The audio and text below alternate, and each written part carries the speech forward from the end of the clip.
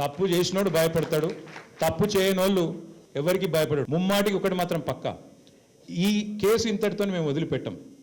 నా క్యారెక్టర్ అసాసినేషన్కి బాధ్యులైన రేవంత్ రెడ్డిని ఆయన తొత్తులుగా పనిచేస్తున్న పోలీసులు కొంతమంది, అందరినీ కాదు, కొంతమంది పోలీసులు ఎవరైతే ఉన్నారో ఆయన తొత్తులుగా, ఆయన అడుగులకు మడుగులతో పనిచేస్తున్నారో వాళ్ళని నేను కూడా వదిలిపెట్టను. ఎందుకు వదిలిపెట్టను? ఎందుకంటే నా వ్యక్తిత్వం హననం చేస్తూ ఉన్నారు. లేని లింకులు అంటగట్టి, లేని రంకులు అంటగట్టి, నాకు ఇష్టం ఉన్నట్టు ఎవరెవరో యాక్టర్లకు లింకులు పెట్టి చిల్లర రాజకీయం ఏదైతే చేస్తున్నారో ఈ విషయంలో నేను మాత్రం వదిలిపెట్టను. మీరేదో ఇవాళ ముఖ్యమంత్రి హార్వర్డ్కి పోయిండు, ఆయన వచ్చే వరకు టైంపాస్ చేద్దాము అని చెప్పి మీరు డ్రామా చేస్తున్నారు, మాకు తెలుసు. ధారావాహికలాగా నడుపుతా ఉన్నారు, మాకేం ఇబ్బంది లేదు.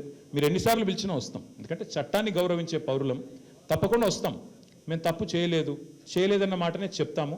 మీరు ఎన్ని రకాల డైవర్షన్ గేమ్లు ఆడినా మేము మాత్రం అర్జునుడి కన్ను ఎట్లయితే ఆనాడు తన గురి మీదనే ఉండునో అట్లే మా గురి మొత్తం కూడా ఈ ప్రభుత్వ అసమర్థత మీద, మీ అవినీతి మీద, మీరు ప్రజలకిచ్చి ఎగ్గొడుతున్న హామీల మీద, యనుమల రేవంత్ రెడ్డి ఎగవేతల రేవంత్ రెడ్డికి ఎట్లా మారిపోయిండో అన్న దాని మీద 420 హామీలు ఇచ్చి ఇప్పటి వరకు 4 హామీలు కూడా నెరవేర్చకుండా వీటిని ఎండగడుతూనే ఉంటాం. 100% వదిలిపెట్టకుండా ప్రాణం పోయేదాకా పోరాడుతూనే ఉంటాం. ఎవరికి భయపడకుండా, ఎవరికి తలవంచకుండా నిఖార్సైన తెలంగాణ బిడ్డలుగా, కేసీఆర్ గారి సైనికులుగా, కేసీఆర్ గారిని తిరిగి ముఖ్యమంత్రి చేసేదాకా మేమందరం కలిసికట్టుగా పనిచేస్తూ ఉంటామని